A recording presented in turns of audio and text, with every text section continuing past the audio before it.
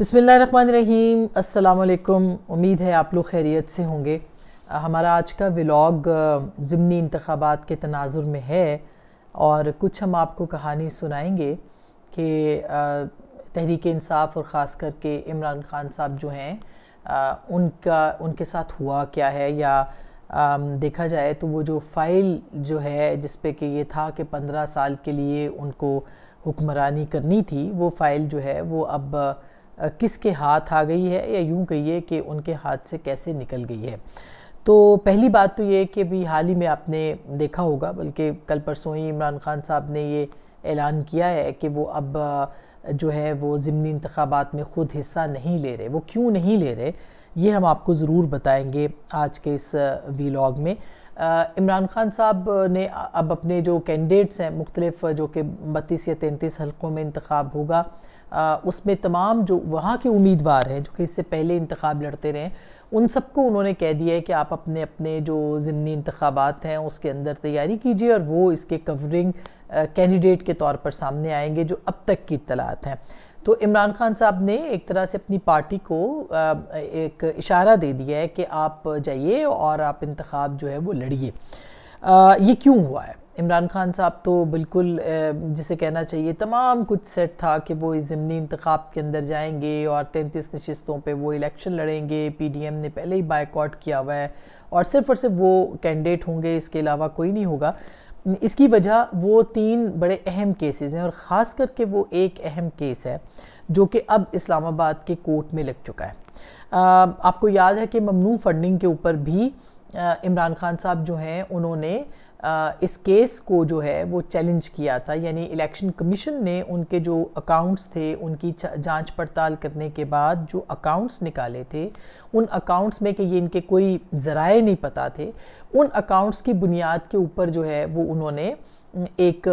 जिसे कहना चाहिए वो निकाल दिया कि अब आप शो कॉज जो है वो आपको हम देते हैं, आप इसका जवाब दें, और वफाकी हुकूमत को भी लिख दिया कि आप इस बारे में जो है वो कार्रवाई का आगाज़ करें, जिसके ऊपर कार्रवाई शुरू हो गई। और फिर आपने देखा सेशन कोर्ट में भी इसके ऊपर सुनवाई थी वो शुरू हो गई। लेकिन इमरान खान साहब और उनकी जमात जो थे वो चले गए इस्लामाबाद हाई कोर्ट में और उन्होंने वहाँ पे जाके इसको चैलेंज कर दिया शो कॉज को, जिसके बाद आपने देखा कि वो फ़ैसला 2 दिन पहले मुस्तरद हो गया और अब उनको कहा गया है कि आप इलेक्शन कमीशन को जाके जवाब दें और इलेक्शन कमीशन ने जो शो कॉज दिया हुआ है आपको उसका जवाब देना पड़ेगा। तो ये एक नाकामी ममनू फंडिंग के हिसाब से वहाँ पे देखने को मिली। और ये भी आपको बता दें कि जो ममनू फंडिंग है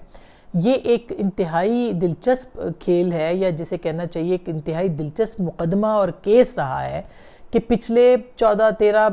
10, 12, 11 सालों से अकबर एस बाबर साहब तकरीबन 2012 से लेके अब तक का हम कह सकते हैं, या शायद इसके बाद से लेके वो इस मामले को इलेक्शन कमीशन में लेके गए थे, जो कि इसकी कंसर्न एक प्रॉपर एक जिसे कहना चाहिए इदारा है जो जांच पड़ताल करता है। और इसी तरह का केस हनीफ अब्बासी साहब भी लेके गए थे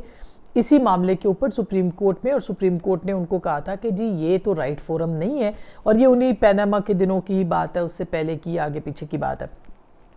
तो आप इसको इलेक्शन कमीशन में लेके जाएं। तो अकबर एस बाबर साहब ने इसको इलेक्शन कमीशन में चैलेंज किया था, जो कि इसका राइट प्लेटफॉर्म है, जो कि इसकी जगह है। तो इतने साल 7-8 साल इसको सुना जाता रहा और उसके बाद जो है वो अपना ये फ़ैसला जो है वो सामने आया और फिर आपने देखा कि चीफ़ इलेक्शन कमिश्नर के ख़िलाफ़ इमरान खान साहब ने गुफ्तगू करनी शुरू कर दी, धमकियाँ, धौंस और सारे जो भी वो कर सकते थे वो किए। लेकिन बहरहाल ये केस जो है वो बहुत अहम है और अब इस मामले के ऊपर अब हाई कोर्ट में जो है वो उसने मुस्तरद कर दिया इस बात को। दूसरा तोशा खाना केस है, उसके ऊपर भी इन्वेस्टिगेशन जो है वो शुरू है और ज़ाहिर है इमरान खान साहब उसमें पहले पेश नहीं हो रहे थे, फिर अभी उससे पहले पेश हो रहे थे, फिर उसके बाद ट्रायल में चला गया, ये अब उस पर ट्रायल हो रहा है और अभी वो नहीं आते हैं क्योंकि उनको गोली लगी हुई है और वो कहते हैं जी कि मैं बीमार हूँ तो मैं नहीं चल सकता, इसलिए मैं आ नहीं सकता। अब जो तीसरा केस बहुत अहम आया है वो है जी टेरियन वाइट का केस, जो कि जिस पे हम आपको अपडेट भी कर रहे हैं। अब उसके ऊपर भी एक लार्जर बेंच जो है वो बन चुका है। अब ये इतना तीनों केसेस जो हैं ये बहुत अहम भी हैं, और जिसे कहना चाहिए बहुत सारे कानूनदान कहते हैं कि ये ओपन एंड शट केसेस हैं। यानी कि पार्टी फंडिंग वाला जो मामला है उसमें वाज़े तौर पर ममनू फंडिंग जो है वो उसके आसार मिलते हैं कि लिए गए हैं, उसको गो के चैलेंज किया गया है, लेकिन इलेक्शन कमीशन के फैसले के मुताबिक वो बहुत कैटेगोरिकल है और वो लिखा है उसके अंदर, और उसकी सज़ा ये है कि पार्टी ख़त्म हो सकती है और पार्टी को जो है वो बैन किया जा सकता है। ये अब वफाकी काबीना का काम है कि वो इस पर क्या करते हैं। इसी तरह से जो आपका, लेकिन उसके अंदर भी इमरान खान साहब के जो बयान हल्फी हैं वो प्रॉब्लम कर सकते हैं। इसी तरह से अगर आप देखें तोशा खाना का जो मामला है उसके अंदर भी जो गिफ्ट्स लिए गए हैं उसके ज़राए इमरान खान साहब को बताने हैं।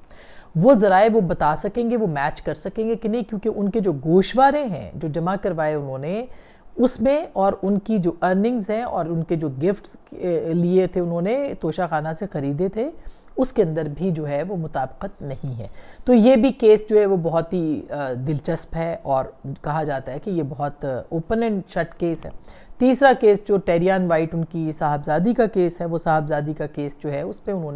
उन पे ये इल्ज़ाम है कि जब उन्होंने जो भी MNA का इलेक्शन लड़ता है वो अपने सही तादाद बताता है बच्चों की, और अपनी कोई चीज़ छुपाता नहीं है, वो गोशवारे या सासे जो कुछ भी है उसको डिक्लेयर करना पड़ता है। उन्होंने उसमें अपनी साहबजादी को डिक्लेयर नहीं किया है, जबकि उन्होंने मुख्तलिफ़ अदालतों के अंदर जो है वो बयान हल्फी और इस तरह की चीज़ें जो है वो जमा करवाई हुई हैं।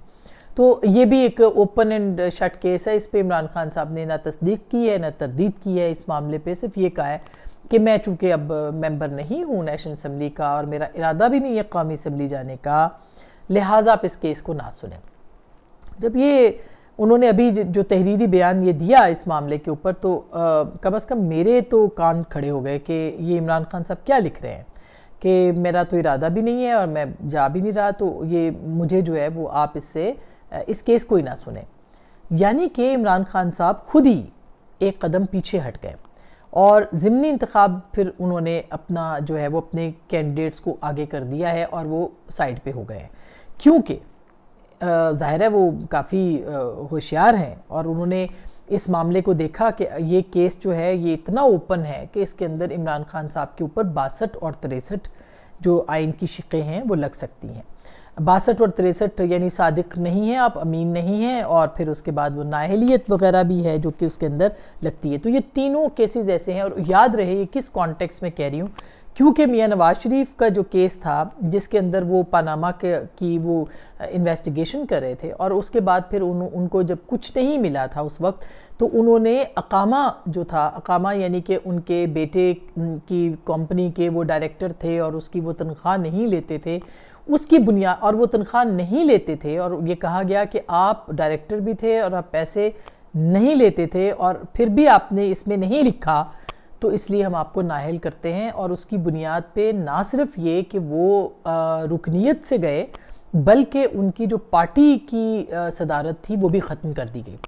तो ये उस प्रेसिडेंट को, यानी तनख्वाह ना लेने का मामला जो है उसको अगर कंपेयर किया जाए बमुकाबला बेटी को डिक्लेयर ना करने का, तो ये उससे बड़ा केस जो है उस तरह से बनता है। लेकिन अगर उसके ऊपर नाअहलियत हुई है तो अब आइनी और कानूनी माहिर ये कहते हैं कि इसके ऊपर भी नाअहलियत या जो उनके ऊपर पाबंदी है वो लग सकती है। और ये एक जिसे कहना चाहिए, मैं कभी भी 62 और 63 के हक़ में नहीं रही, और अनफॉर्चुनेटली सियासी जमातें इसको जो है वो ख़त्म भी नहीं कर सकी हैं। और मुझे याद है कि जब 18वीं तरमीम हो रही थी तो ये शिक जो थी इसके ऊपर पाकिस्तान पीपल्स पार्टी चाहती थी कि 18वीं तरमीम में बहुत सारी चीज़ें रिपील हो रही हैं ज़िया उल हक़ के दौर की, तो इसको भी रिपील किया जाए। लेकिन उस वक्त PMLN अड़ गई और फिर आपने देखा कि PMLN के अपने सरबराह मियां नवाज शरीफ वो 62-63 के ऊपर जो है उनके साथ क्या हुआ। इसी तरह से आप देखिए कि इमरान खान साहब फिर जब PMLN मानी तो इमरान खान साहब बढ़ गए कि नहीं, ये तो हमारे पास उनके बहुत से इंटरव्यूज़ के गुफ्तगू मौजूद है, शॉर्ट्स मौजूद हैं जिसमें वो कहते हैं कि नहीं, ये तो ओवर माई डेड बॉडी, ये तो हो ही नहीं सकता, इसको मैं तब्दील नहीं करने दूंगा। और आज जो है वो उसकी जिसे कहना चाहिए निशाने के ऊपर इमरान खान साहब है। बहरहाल ये केस चूँकि मुख्तलिफ है, क्योंकि MNA को या उसको जो है वो अपने सारे एसेट्स डिक्लेयर करने चाहिए और अपनी सारी चीज़ें बतानी चाहिए। बताना तो बहुत से लोगों को चाहिए मगर नहीं बताते लोग, तो इसलिए ये मामला जो है वो इमरान खान साहब के हवाले से बहुत ज़्यादा मामला ख़राब है और इसीलिए वो शायद एक कदम पीछे हटते हुए दिखाई देते हैं कि वो इस इंतखाब में ना जाएं। और उन्होंने तहरीरी तौर पर कोर्ट में ये लिख के दिया है कि मैं नहीं हूँ, इसलिए प्लीज़ आप इसको रहने दें। लेकिन जाहिर है कि बात जब दांतों से गांठें लगाई जाएं तो हाथों से खोलना मुश्किल हो जाता है। तो इमरान खान साहब ने इतनी दांतों से गांठें लगाई हैं कि अब बड़ा उनके लिए मुश्किल हो जाएगा। तो ये वो वजह थी जिसकी बुनियाद के ऊपर इमरान खान साहब जो हैं उन्होंने जिसे कहना चाहिए कि अपना इलेक्शन से विड्रॉ करने की फ़िलहाल जो है वो कोशिश की है। अब चलते चलते एक बात और भी बताएं, और कल जो हम अपना व्लॉग करेंगे उसमें बताएंगे आपको कि ये 15 साल का मंसूबा क्या था या जिस तरह की भी सूरत हाल है। लेकिन ऑल पार्टीज़ कॉन्फ्रेंस जो कि हुई है हो रही है, उसमें इमरान खान साहब ने ना जाने का फ़ैसला किया। एपेक्स कमेटी में जो कि पेशावर हमले के बाद हुई, सारा दिन हुई, बड़ी अहम हुई, अस्करी उसमें तमाम जमातें वहाँ पे, अहम लोग वहाँ पे गए और उसमें बातचीत हुई है। तो मेरा ख्याल है कि इमरान खान साहब ने ना जाने का जो फ़ैसला किया है वो इस बात की गमाज़ी कर रहा है कि इमरान खान साहब जो हैं उनको सिर्फ़ और सिर्फ इक़्तिदार से दिलचस्पी है, और जब वो इक़्तिदार से बाहर होते हैं तो उसके बाद जो कुछ भी हो जाए उससे उनको फ़र्क नहीं पड़ता। हालांकि इमरान खान साहब की हुकूमत जो है या उनकी पार्टी की हुकूमत गुज़िश्ता 10 बरसों से जो है वो खैबर पख्तूनख्वा में रूल कर रही है। अब सवाल पूछा जाए कि वहाँ पे दूध और शहद की नहरें हैं तो कहा जाता है कि ये आप जो है वो गलत काम कर रहे हैं, फिर ज़ातियात पे उतरते हैं, फिर गालिम गलोच करते हैं, फिर कोई सवाल करने वाला कोई शख्स तहरीक इंसाफ को पसंद नहीं है। तो इसलिए 10 साल में क्या हुआ, अमन अमान की सूरत हाल, मुआहदे, सीज़ फायर, ये मुज़ाकरात, ये इन सब के ऊपर जो है वो बहुत से सवालात उठते हैं। ये सवाल भी उठता है कि क्या वाकई तहरीक इंसाफ की और इमरान खान साहब की जो पॉलिसी थी वो अपीज़मेंट की पॉलिसी थी, जो तालिबानाइजेशन है या जो इंतहा पसंद तंजीमें हैं उनके साथ उनकी अपीज़मेंट की पॉलिसी थी। ये ऐसा उनको सवाल उनको पूछना चाहिए। हमें तो वो इंटरव्यू नहीं देते, लेकिन अगर वो दें इंटरव्यू तो ये यकीनी तौर पर ये सवाल पूछा जा सकता है कि क्यों आप पे ये इल्ज़ाम लगता है कि आप जो है वो आपने तालिबान की सारी बातें मानी हैं, क्यों इल्ज़ाम लगता है कि आपने इल्ज़ाम क्या, ख़ुद उन्होंने अपने मुंह से कहा 40-50 हज़ार लोग तो आए थे, उनको हमने सेटल करना था, उनमें से 5 से 7 हज़ार जंगजू थे। और फिर इमरान खान साहब जो हैं वो जैसे ही उठते हैं, अपनी हुकूमत से बाहर निकलते हैं तो अमन व अमान की सूरत हाल ख़राब होना शुरू हो जाती है। और फिर आप देखिए कि इमरान खान साहब जो हैं उनकी पार्टी फिर ये कहना शुरू कर देती है कि हमारे जाने के बाद ये सब कुछ हुआ है। तो ये बहुत सारे सवालात जो हैं वो खैबर पख्तूनख्वा में उठाए जा रहे हैं। तो ये जवाब जो है वो यकीनी तौर पर इमरान खान साहब को देना चाहिए। और इसके साथ साथ अच्छा होता अगर वो ऑल पार्टीज़ कॉन्फ्रेंस में आते, अच्छा होता अगर वो एपेक्स कमेटी में आ जाते और वो आके बात करते, वो अपना पॉइंट ऑफ व्यू बयान करते, वो बताते कि जो भी अखराजात थे या फंड्स थे वो कहाँ पे लगे, 10 साल में उनकी पॉलिसीज़ क्या रही हैं, तालिबान को दफ्तर खोलने का मामला क्या था, ये सब कुछ उनको बताना चाहिए था। मगर ज़ाहिर है इन सवालों के कौन जवाब दे। और वही जो कि सबकी तवक्को थी कि इमरान खान साहब अमन व अमान के मामले के ऊपर, दहशत गर्दों के ख़िलाफ़, दहशत गर्दी के ख़िलाफ़ जो है वो सब के साथ बैठने, मतलब वो इंतहा पसंदों के साथ बातचीत पे ज़ोर देते हैं और वो कहते हैं कि जी नहीं, मैं तो चाहता हूँ कि अमन के ज़रिए बात की जाए और मैं ये जंग के ज़रिए कोई मसाइल नहीं हल हो सकते। वो कहते हैं कि तहरीक तालिबान के साथ बात की जाए, वो कहते हैं कि जी जितनी इंतहा पसंद तंजीमें हैं उनके साथ बात की जाए। लेकिन क्या वजह है कि वो अपने मुल्क की सियासी जमातों के साथ बैठने को तैयार नहीं है? क्या वजह है कि वो वज़ीर आज़म और जो दीगर जमातें हैं उनके साथ बैठने को तैयार नहीं है? क्या वजह है कि जब वो प्राइम मिनिस्टर भी थे तो उन्होंने कौमी लीडर के तौर पर क्यों अपना किरदार अदा नहीं किया? क्यों जो अहम ब्रीफिंग्स थी वो जनरल बाजवा के हाथ में दे दी कि वही लोगों को जो है वो ब्रीफ करें और वो बताएं? ये सब वो बातें हैं जिस पे इमरान खान साहब को जो है वो जवाब देना चाहिए और उनको जवाब देना होगा। बहरहाल अब तक के लिए इतना ही है। अपना बहुत ख्याल रखिएगा। अल्लाह ने के बाद।